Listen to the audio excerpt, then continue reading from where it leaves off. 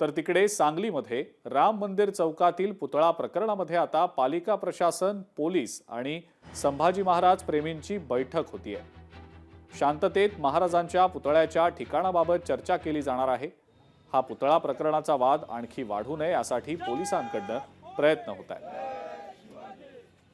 आंदोलकांशी आता आमची चर्चा झालेली आहे। आंदोलकांच्या म्हणण्याप्रमाणे संभाजी महाराजांच्या पुतळ्यासाठी महानगरपालिकेकडनं तिकोनी बागेची जागा ठरवण्यात आलेली आहे। पण आंदोलकांचं असं म्हणणं आहे की महाराजांसाठी तिकोनी बागेची जागा ही योग्य नाही, प्रशस्त भव्य जागा महाराजांसाठी असावी आणि त्यासाठी त्यांना आम्ही पर्यायी काही जागा असल्याचं सुचवायला सांगितलेलं आहे। आंदोलकांचं आणि नगरपालिकेच्या जे अधिकारी आहेत त्यांच्याशी आम्ही आता थोड्या वेळाने चर्चा करून यावर पुढील काही मार्ग शांततेत काढता येईल त्यासाठी प्रयत्न करत आहोत।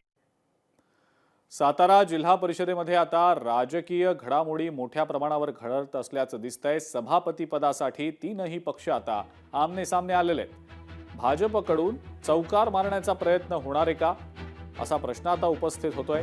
सभापती पदासाठी आज दुपारी 3 वाजता मतदान पार पडणार आहे।